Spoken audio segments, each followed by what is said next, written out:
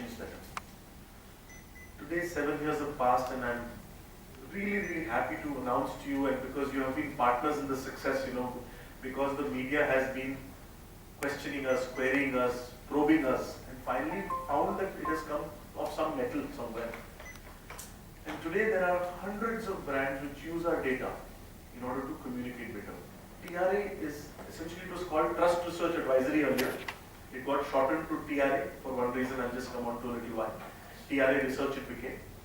TRA today advises brands on how to communicate by virtue of their data that it picks up from 16 cities year on year.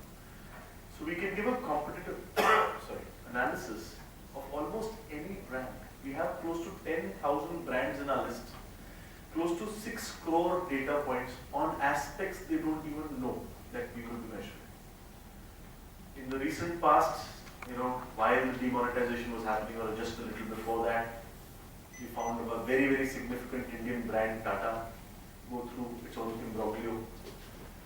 You had the chairmanship being fought, or rather questioned, if I may, not really fought. And in that process, what do you really want to measure? What do you want to observe? You are the media who is observing all happenings of the world, and what are you observing at that point? You have to observe what the trust gain or trust loss is. I have in that past commented on several aspects of this particular imbroglio, but my aspect has been that it is time for the boardroom to have a trust expert, wherein a trust expert only is a custodian of trust of that particular brand. So while the legalese or the legal people will be screaming their lungs out in boardrooms saying that, legally we have to be protected. There will be a marketing person who will say that we have to go out and market and reach more and more people.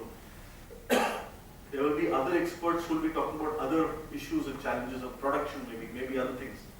But there has to be one person who protects the brand and the brand only. Only then, because the brand is bigger than anything else.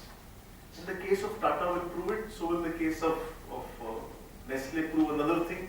The other brands of cars which have fudged certain data in order to kind of say that they are less polluting or more polluting will also prove a point. Everything proves a point, and I'm going to go into that. So in the brands that use this data, they essentially are people who will be now looking at communicating more effectively because their voice resonates with the world outside. We were all thinking at one point that the person who has invested in the brand is the owner of the brand.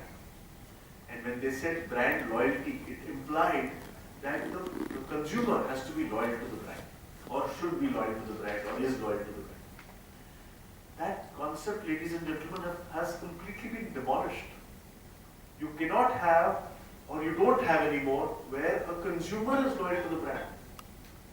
Which of you thinks that the brand that they have owned or bought or used one time is the only brand they will use? Nobody thinks like that. They think, and we are constantly bombarded with choices, and we are utilizing that choice in order to search for that next better thing. Take my next few words with a little bit of pinch of salt or a bit of pinch of salt. The thing is like this. Any relationship